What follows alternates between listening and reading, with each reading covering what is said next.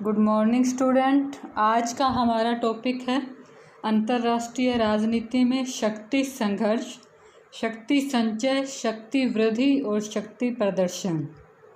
यथार्थवादी विचारक अंतर्राष्ट्रीय राजनीति को शक्ति संघर्ष के पर्याय के रूप में देखते हैं।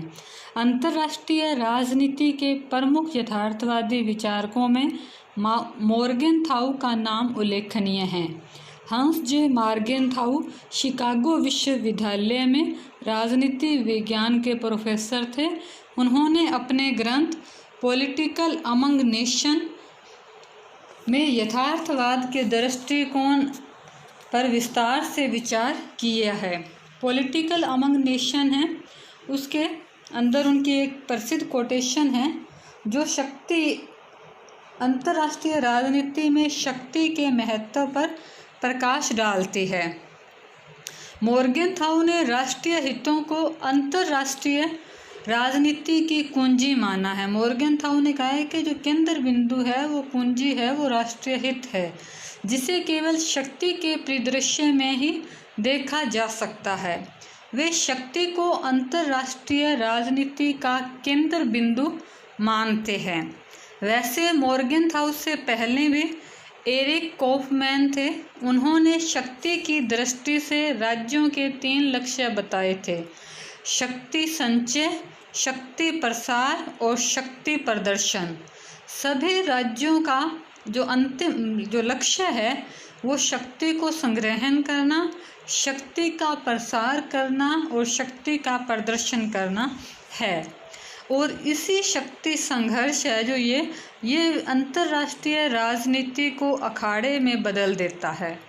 वस्तुतः अंतर्राष्ट्रीय राजनीति के अध्ययन में संघर्ष इसलिए महत्वपूर्ण है कि संघर्ष अंतर्राष्ट्रीय समाज में समाप्त नहीं किया जा सकता। संघर्ष का जारी रहना ही अंतर्राष्ट्रीय राजनीति का सार तत्व है। अंतर्राष्ट्रीय संघर्ष अधिकांशतः अंतर्राष्ट्रीय संबंधों की शोषक मूलक व्यवस्था से दूसरे देशों पर आधिपत्य करने, उनका शोषण करने, सैनिक शक्ति के द्वारा उस पर अधिकार जमाने आदि मुद्दों को लेकर होता है। शक्ति संघर्ष है वो मोर्गेनथाउ ने शक्ति की महत्वाकांक्षा अन्य राजनीतियों के समान ही अंतर्राष्ट्रीय राजनीति का केंद्र बिंदु है। अंतर्राष्ट्रीय राजनीति में आवश्यक तौर पर शक्ति संघर्ष का रूप धारण कर लेती है। बेंथम है, उन्होंने अंतर्राष्ट्रीय राजनीति को औपनिवेशों के लिए होड़ बताया था। वहीं कोबडेन व प्रोधो की मान्यता थी कि व्यापारिक संबंधों के कारण अंतर्राष्ट्रीय संबंधों में संघर्ष की स्थिति है वो बनी रहती है। शक्ति की लालसा वो जो मानव है उसके जीवन का अंतिम लक्ष्य है और इसे शक्ति की लालसा को लेकर संघर्ष की स्थिति रहती है। मोर्गेनथाउ ने जैसा कि कहा है, अंतर्राष्ट्रीय राजनीति प्रत्येक राजनीति की भांति शक्ति संघर्ष है। अंतर्राष्ट्रीय राजनीति का अंतिम लक्ष्य चाहे कुछ भी हो, शक्ति सदैव उसका तात्कालीन लक्ष्य है। मोर्गेनथाउ ने शक्ति संघर्ष के 3 आधार बताए हैं। 3 आधारों में उन्होंने बताया है वे शक्ति संघर्ष किन कारणों से होता है। तो पहला आधार है दार्शनिक आधार। दार्शनिक आधार में उन्होंने कहा है कि प्रत्येक देश के जो नेता हैं वो हमेशा अपने राष्ट्रीय हितों को पूरा करने के लिए प्रयासरत रहते हैं और प्रत्येक राष्ट्र का हित है वो उसकी भौगोलिक, आर्थिक, सामाजिक, सांस्कृतिक जो परिवेश है उस पर निर्भर करता है। प्रत्येक राष्ट्र अपनी शक्ति और अपने प्रभाव का प्रयोग अपने व्यक्तिगत हितों की पूर्ति के लिए करता है। दूसरा शक्ति का आधार है राजनीतिक आधार।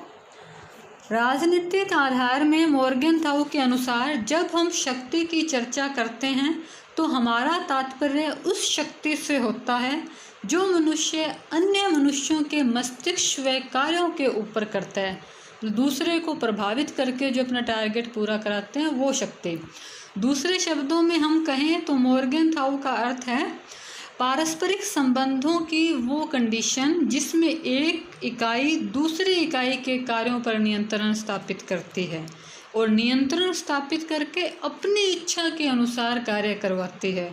मोर्गेनथाउ राजनीतिक शक्ति की चर्चा करते हैं और राजनीतिक शक्ति को शारीरिक बल और सैनिक शक्ति से भिन्न मानते हैं।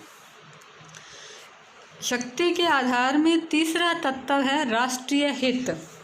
राष्ट्रीय हित के ऊपर विस्तार से कार्य चार्ल्स और अब्दुल सईद ने किया है। चार्ल्स और अब्दुल सईद ने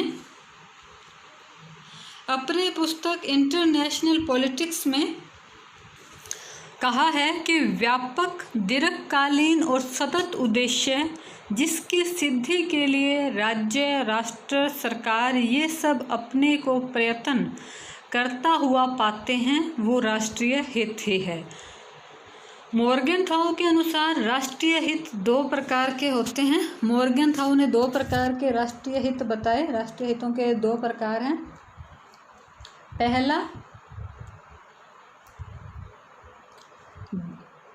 पहला है राष्ट्रीय हितों में दीर्घकालीन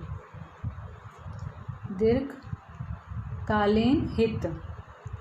दीर्घकालीन हित को मार्मिक हित भी कहा जाता है। मार्मिक हित, दीर्घकालीन हित किसी राज्य के वो हित हैं जिन पर वो राज्य कोई रियायत करने को तैयार नहीं होता, जिनकी रक्षा के लिए वह जरूरत पड़ने पर युद्ध करने को भी तैयार रहता है और वह सदा उसकी प्राथमिकता दी जाती है। और दूसरे हैं अल्पकालीन हित। अल्पकालीन हितों में वो हित हैं जो गौण महत्व के होते हैं, प्रत्येक राज्य की आकांक्षाओं में जिनकी पूर्ति तो वो बेशक चाहते हैं पर उसके संरक्षण के लिए युद्ध में नहीं उलझना चाहते और गौण हित होते हैं। तो ये राष्ट्रीय हित राजनीतिक और दार्शनिक आधार हैं। ये शक्ति संघर्ष के आधार हैं जो शक्ति के संघर्ष को बढ़ावा देते हैं। तीन चीज़ें। उसके बाद अब हम देखेंगे मोर्गेनथाउ ने विदेश नीति के तीन प्रकार बताए हैं। मोर्गेनथाउ के अनुसार हर राष्ट्र, चाहे वो गृह राजनीति हो या अंतर्राष्ट्रीय राजनीति हो, अपने संबंधों का संचालन विशेष नीति के आधार पर करता है जिसे विदेश नीति कहा जाता है। विदेश नीति, तीन प्रकार की विदेश नीतियाँ बताई हैं। वह राष्ट्र जिनकी विदेश नीति शक्ति की रक्षा का प्रयत्न करती है और उसमें परिवर्तन नहीं चाहती। उन्होंने जो शक्ति के विदेश नीति के तीन प्रकार बताए हैं उसमें पहला है शक्ति संघर्ष यथास्थिति की नीति। ये परिवर्तन नहीं चाहते। इनकी नीति है वे जो पहले पूर्व में शक्ति का बंटवारा जिन नियमों से किया गया, को संधि समझौते जो पॉलिसी अपनाई गई वह उसी को अपनाए रखना चाहते हैं। Polity of the status Q, यथास्थिति की नीति या यथा पूर्व स्थिति की नीति, जिसमें वो जैसा है वैसे का वैसे उसे बनाए रखना चाहते हैं, यथास्थिति की नीति होती है। दूसरी विदेश नीति में मोर्गेनथाउ ने विदेश नीति का दूसरा प्रकार बताया है शक्ति संघर्ष साम्राज्यवाद। शक्ति संघर्ष साम्राज्यवाद के अंदर साम्राज्यवाद में साम्राज्यवादी नीति वह नीति है जो यथास्थिति के एकदम उल्टा है। ये उस स्थिति में परिवर्तन कर अपनी शक्ति को ज़्यादा से ज़्यादा बढ़ाना चाहते हैं। वो तो शक्ति संग्रहण का प्रतिनिधित्व करती है पहले वाली यथास्थिति वाली, और साम्राज्यवाद है शक्ति वृद्धि की बात करती है। मोर्गेनथाउ के शब्दों में यथा पूर्व नीति को पलटने की नीति होने के नाते साम्राज्यवाद का वास्तविक चरित्र एक नीति के रूप में उस समय सबसे अच्छी तरह समझा जा सकता है जब विशेष परिस्थितियों पर ध्यान दिया जाए। साम्राज्यवादी नीति के संबंध में उन्होंने कहा भी ऐसे क्या कारण हैं। साम्राज्यवाद का अर्थ होता है एक राष्ट्र अपने क्षेत्र का विस्तार करे और दूसरे क्षेत्रों पर अधिकार कर ले। तो ऐसे क्या कारण है जिससे वो अपना साम्राज्यवाद बढ़ाता है। साम्राज्यवाद को बढ़ाने की इच्छाएं क्या है। पहला है विजयी युद्ध। इसमें कोई राष्ट्र जीत गया, जीत के बाद उसे कुछ क्षेत्र मिल गया, तो फिर उसके अंदर इच्छा होती है भाई हाँ ये तो बहुत अच्छी पॉलिसी, ऐसे करके अपने पूरे विश्व विजेता बन सकते हैं। तो ये हो गई विजयी युद्ध। और दूसरा प्रकार है इसमें पराजित युद्ध। इसमें मानो कोई युद्ध हुआ और उसके अंदर कोई राष्ट्र पराजित हो गया और उससे उसकी काफ़ी अंतर्राष्ट्रीय राजनीति में इंसल्ट हुई और वो अपने उस पराजय में उसने जो क्षेत्र खोया है उसको वापस पाने के लिए जो युद्ध करता है और उससे साम्राज्यवाद बढ़ता है। जैसे कि पहले विश्व युद्ध में 1919 के अंदर जर्मनी पराजित हुआ और फिर जर्मनी ने अपने खोए हुए क्षेत्र को पाने के लिए जो युद्ध किया, जैसे राइनलैंड पर कब्जा कर लिया, तो ये है पराजय के युद्ध के कारण साम्राज्यवाद। तीसरा है कमजोरी। इसके अंदर कमजोर राष्ट्र हैं वो अपने आप को शक्तिशाली दिखाने के लिए दूसरे राष्ट्रों पर अधिकार करते हैं और ज़्यादा शक्ति को प्राप्त करने का प्रयास करते हैं। ये साम्राज्यवाद को बढ़ावा देने का तीसरा कारण है।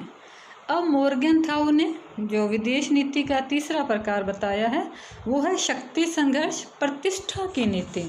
अंतर्राष्ट्रीय राजनीति में शक्ति संघर्ष का तीसरा जो अंग है वो है प्रतिष्ठा की नीति।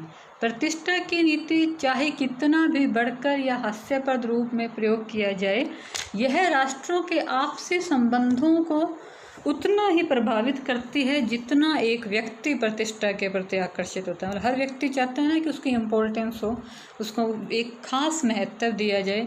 उसी प्रकार अंतर्राष्ट्रीय राजनीति में भी राष्ट्र हैं वो चाहते हैं कि जो उनके सहचर उनके साथ के दूसरे राष्ट्र हैं उसमें उनका मूल्यांकन, उनकी इम्पोर्टेंस, उनकी ताकत है वो दूसरों के सामने प्रदर्शित की जाए और उनकी शक्ति, ताकत और उसकी है सभी के सामने प्रशंसा की जाए। इसी कारण शक्ति संघर्ष के तीसरे रूप में प्रतिष्ठा को अपनाया गया है। मोर्गेनथाउ के अनुसार प्रतिष्ठा की नीति की अभिव्यक्ति दो तरीकों से होती है। इसमें उन्होंने कहा कूटनीतिक और सैनिक शक्ति। कूटनीतिक के अंदर उन्होंने कहा है कूटनीतिक रस्में, जैसे कूटनीति का अर्थ होता है एक ऐसी कला जिससे एक राष्ट्र अपने राष्ट्रीय हितों को दूसरों से आगे रखता है, वह कूटनीति कहलाती है। और कूटनीतिक रस्में हैं, इसमें राजदूत हैं, उनसे जुड़ी हुई कुछ विशेष रस्में हैं, उन्हें मान सम्मान दिया जाता है। उसी मान सम्मान से उस राष्ट्र की प्रतिष्ठा का प्रतीक माना जाता है। इसके उदाहरण में हम एक दो उदाहरण देखेंगे। जैसे 1698 के अंदर लुई 14वें ने वेनिस जो गणराज्य था उसके राजदूत का परिचय वहाँ के राजकुमार ने करवाया। किसी राजदूत का परिचय आमतौर पर अधिकारी द्वारा करवाया जाता है। अगर राजदूत का परिचय राजकुमार या राजा के द्वारा करवाया जाए तो यह बहुत प्रतिष्ठा का विषय होता है। तो 1698 में